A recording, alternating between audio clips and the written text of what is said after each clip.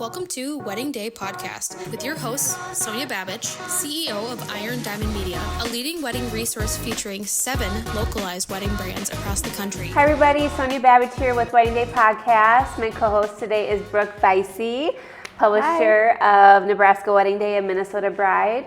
We are here at the Hotel Indigo in Nebraska, Omaha, Nebraska. And our guest today is Morgan with For the One Bridal, founder and owner. And a great friend of mine, and I'm excited for you all to get to know her. She has 10 years of experience in bridal wear attire with brides, bridal dresses, and she has a really fun story, so I'm excited for you all to meet her. So hi, Morgan. Hi, guys. Thanks for having me. So let's dive deep, because 10 years of experience, but your experience started before you owned your bridal salon. Yeah, I kind of went backwards from like how most people entered like the industry, but yeah, I started with a wedding dress designer. I lived out in New York and learned like everything from the ground up with him. It was So cool. It taught me everything, but the most. So when you say him, you worked directly with the designer? With him, yep, directly with him. I started just in like the showroom sales floor, like that's where I started. Then I moved into the production side. Then I moved into like the wholesale like side of it. So when I say it was a small company, but when one of our biggest clients was Say Yes to the Dress, like Bridals by Lori.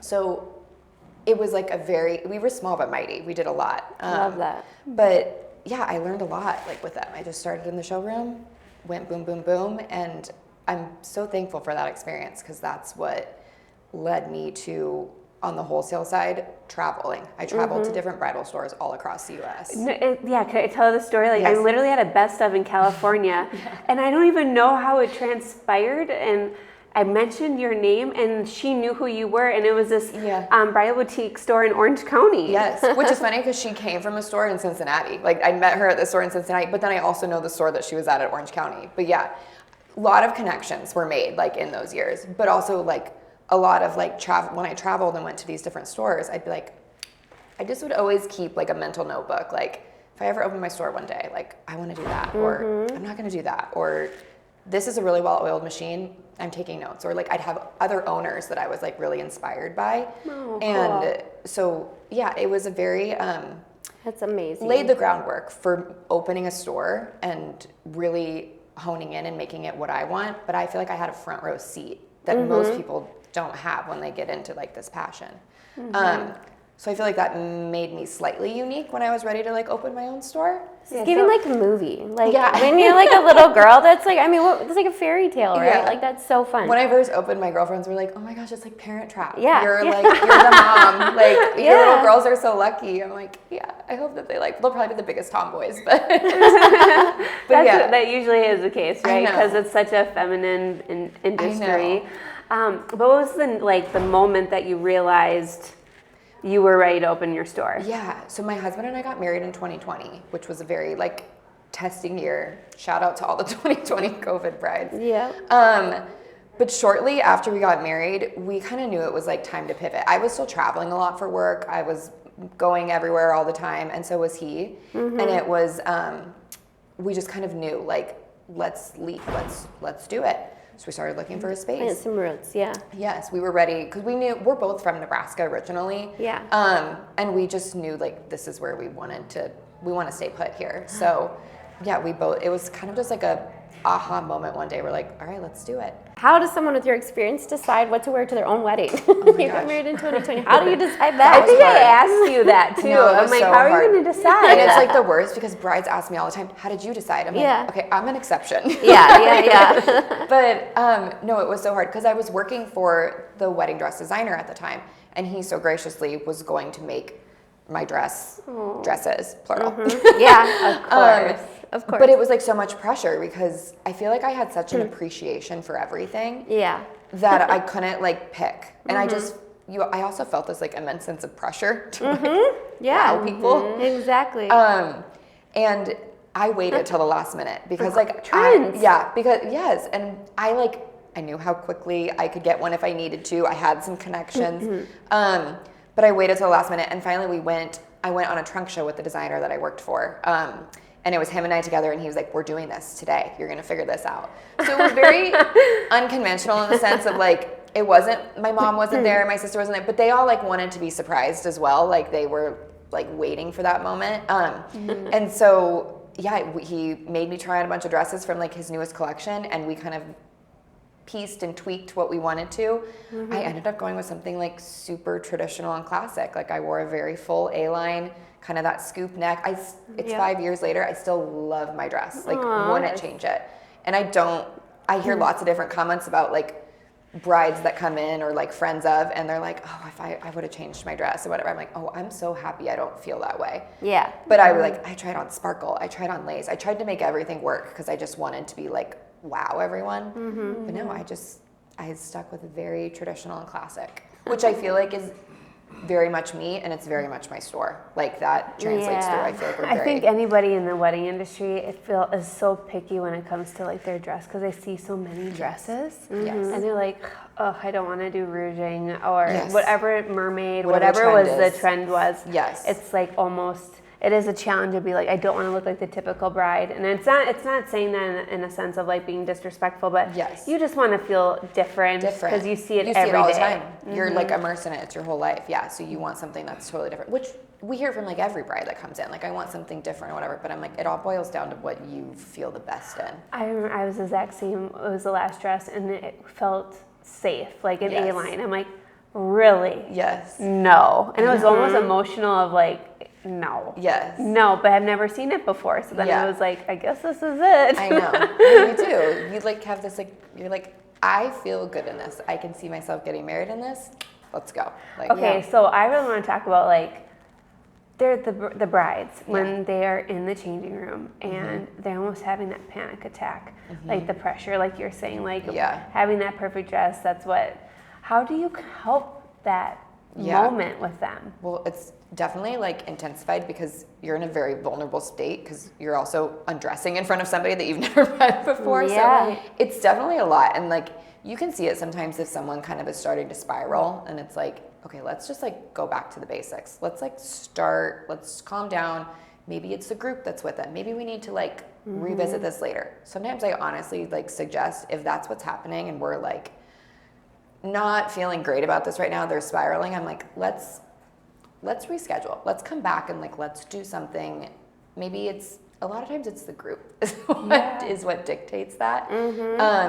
Let's come back with just mom. Let's come back with just your friend. Let's like regroup, because sometimes when your emotions start getting away like that, it's hard to come back and then be like, all right, let's pick a dress you want to get married in. So yeah, I feel like being a bridal stylist is being part therapist. I always tell everyone. You're like in the trenches with them. And so it's like really learning to like navigate all of those emotions and multiple different emotions, because you're handling a whole group usually, but you're trying to put all your energy and focus on the bride and letting her know like you're the most important. It comes down to what you want, what you feel good in, what you feel like a bride in. Because I think like we just talked about, a lot of times people get all in their head about the trends. Have I seen this before? My friend wore something similar. Like, it's a clean Mikado gown.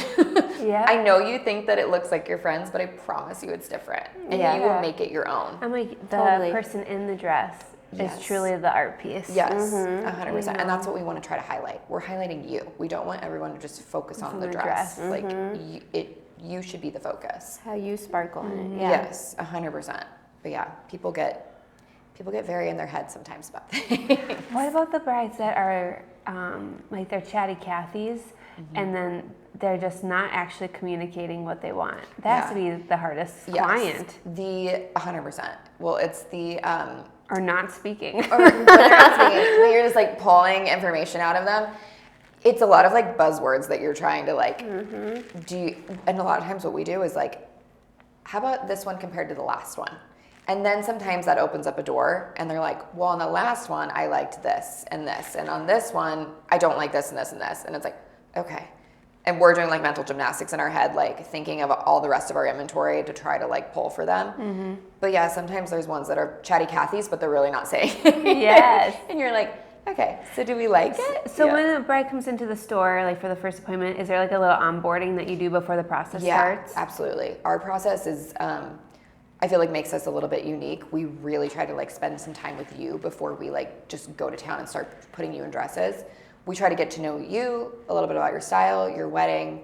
When a bride comes into our store, we take their whole group, we take them to their seating space, we sit them all down, and then we sit on the pedestal, like right in front of them on the floor kind of, and we just sit and chit chat. And we're like, we go over some like basic like onboarding questions and stuff like that, but then we also then start to dive deep. Have you tried on dresses before? Yes or no? Sometimes that leads us into, I know that I'm liking this, or if it's no, it's like we're starting from square one.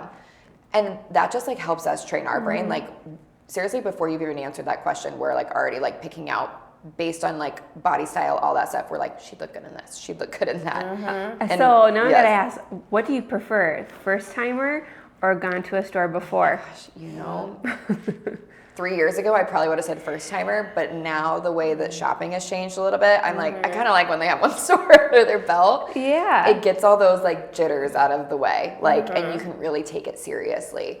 Cause it's overwhelming the first time. But yeah, we really try to like make you feel at ease by like getting to know you before we just like hop in the fitting room and start doing dresses. You shared with me before that your favorite question asked first is how do you want to feel in your gown? Yes. Not like show me your Pinterest board or show me like what designs you're like. And I thought Yes. that was so cool. That really stuck Yes. with me. How Yeah. that was your first question always. How do you want to feel in your gown? Not Yes. like what style are we looking for, Yes, whatever. And totally. I love that. And sometimes like people will jump right into like, well, I tried on and this is what I like, and they just start showing us pictures right away, and we're like, great, that's super helpful. Yeah. And sometimes it's like, it is totally like, my wedding is very romantic, very ethereal, very, very traditional, very those buzzwords help us start pulling what we think. Gosh, I didn't even want to take a picture of me in my dress because I was like such a secret, because I would totally give it away if I had a picture in my Yes. phone. Do you have any brides that are like, Yes. I don't want a photo? It's so 50-50, which I appreciate. Some people are like, no, I cannot have a photo on my phone. Like, I will show my fiance. I'll show everyone. Like, whatever. Yeah.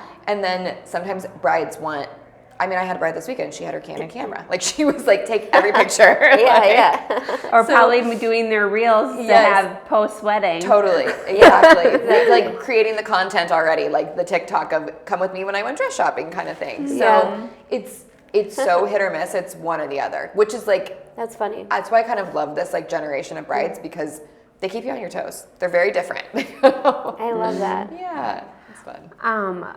What is your like biggest trend that you're liking right now that you're seeing? Yes, I think something I love right now is how much we're incorporating accessories. Like that is like, I love a traditional gown. I'm like a sucker for it. I know that, but I love what people are doing with accessories, whether it's a glove, whether it's a cape, whether it's a watteau, whether it's hair pieces, whatever it may be. I love that. People are doing the neck scarf, that's very big right now. People are doing multiple looks, but they're doing it with accessories. So they're having a reception look, they're having a cocktail hour look, they're having a reception look. I think one trend that's not going anywhere is having a second look, a second dress. Hot right now. Yes, and I was like, I don't see it going anywhere. I think it's going to be here for a while. I just told Brooke I did a second look at the Arizona Bride Best Of. Yeah. My feet were so much happier putting on my Gucci sneakers. I was Same. like, I could dance all night. Yes. Gives you new energy to I keep know. going. And And you I'm just like have a little pep in your step. Yes, it totally changing at the reception is a huge. People always, when they have a dress and they like are torn between an A line and like a fitted dress, they're like, well, what if I just get two dresses? I'm like, I'm the worst person to talk to because I had two dresses. Yeah. But I changed my shoes, and that was the biggest game changer because I had my dress altered, my second dress altered to a different length for a different shoe height. Yeah. Changing your shoes is game changer. It You're is. right. It's like a pep in your step. It is. And I'm going to shoes because, you know, I'm a shoe girl and Yes. I worked at Nordstrom's for a couple months. I love it. And so my thing with selecting the dress is also selecting my shoes. Yes. But you have to wear your shoes like multiple times before your wedding day. You need to wear do. them in your house when you're doing dishes, Yep. getting Yes. ready.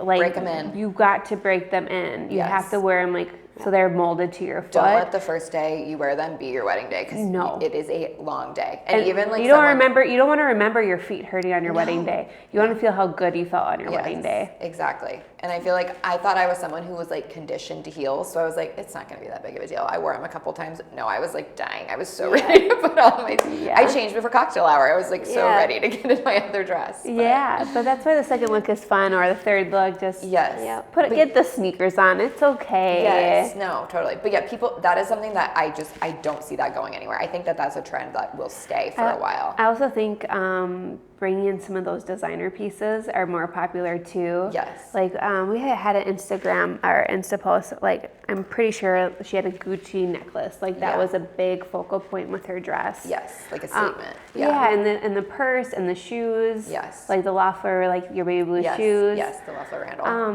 I just think, they're making that more of a statement because it is your one day to feel bougie, expensive, and the best. And those are things those are items and pieces that you'll keep forever too, though. Like I think sometimes people are like, oh, I'm not going to splurge on my shoes. I'm going to wear them one day. I'm like, no, get a great pair of shoes that like are going to be comfortable. And then your excuse will be get a pair that you will wear again. Yeah, and wear it on a date night for every anniversary. Totally, I agree. Or even the purse. I'm like the worst person to shop with or to have alone shopping because I'm so like, do it, just do it, just do it, just do it. You won't regret it. So let's get this straight for everybody. Timeline-wise, how far ahead of time do you suggest people start shopping for their dresses? I say ideally, I would love if you gave me a year. If it's not a year and it's less than that, it's doable. We can figure it out. But a year is perfect because the typical length to get a wedding dress is about 6 months. And that's if it's standard. Nothing custom, nothing crazy, anything like that. And then I was going to say too, your dress helps decide the theme of your wedding day. Yes, 100%. You set the tone like as the bride in your dress. And I just had a bride this weekend and I told her that because she was torn between two different looks, and I was like, it's whatever you want. Don't focus on the theme of the wedding. Like you will decide. But it takes about 6 months. We say 3 months for alterations. If alterations can be done quicker than that, but that just gives you time. It gives you time to spread it out, whatever your schedule is, sometimes we have brides that are logistically flying back for alterations, things like that. So, and then you just have that buffer window built in. If any hiccups arise or anything goes on, we have that little bit of extra time. Perfect. But that's being said, I still have brides that come in and their wedding is in 6 months. And we can work with that too. We have like off the rack options. We have designers that have rush options. And we have designers that have some in-stock options. So we're not going to be doing anything custom, but you're not out of luck if you aren't giving yourself a year to shop. Cool. It's just more ideal. Yeah. That makes sense. Final question.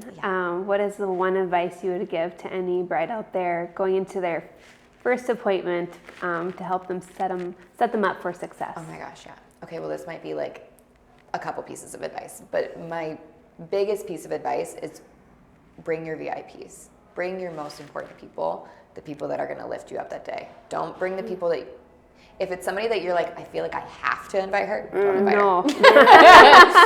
Good advice. I had to invite her because she's my sister-in-law or whatever it may be.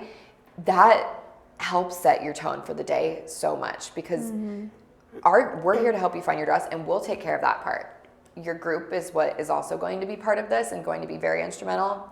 You really need to make sure that it's your VIP people that are with you.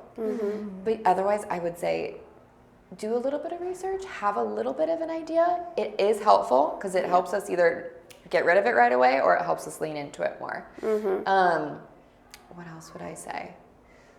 Just be ready, like come as you are. Be yourself, like, but do your hair and makeup. Oh, true. Don't look like you rolled I think out a lot of of bed. times brides are scared because they're like, I didn't want to get makeup on the dresses. I'm like, no, you want to try to look how you are going to look close to on the wedding day. It is. It's like when you try on anything and you're like, don't have your hair and makeup done. I'm like, oh, I hate this. No, that's a really good come in feeling your best. Yes, you want to 100% feel your best, but also don't be nervous. Like, we are here to help you. And I think a lot of times brides think that, I don't know, we're car salesmen. We're just trying to like sell you a car. I'm like, no, I'm invested in this. I want to get you your dream dress. I want you to feel amazing. And when you have that moment and you can tell you've done that, it's like the best feeling in the world. Amazing. Love that. Well, Morgan, it's always a joy to have you here and seeing you every time. And to all the brides out there, like, fly to Omaha. It's so easy. It's a great It's a great airport. They can probably get to from landing to you within 30 minutes. 100%. Like Yeah. I literally from our landing to our hotel was 20. Oh my gosh. So I'm just like, it's just so easy to find Easy Omaha. peasy. So if you want to come to see Morgan, just hop on a plane and come to Omaha. And the food's really good here in Omaha too. Well, thank you everybody for tuning into Wedding Day Podcast. We'll see you next time. Bye. Bye.